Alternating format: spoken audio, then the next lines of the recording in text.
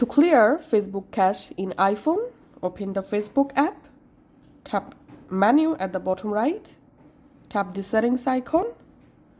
In Settings, scroll down. Under Preferences Settings, tap on Browser. And here you will find Cookies and Cache for your Facebook. Tap on Clear and tap on Clear.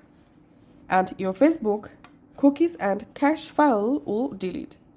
Here's another way to delete your Facebook cache and cookies. Go to your iPhone settings app, scroll down and tap on General, tap on iPhone storage, and now scroll down and find out Facebook, tap on that, tap on Offload app.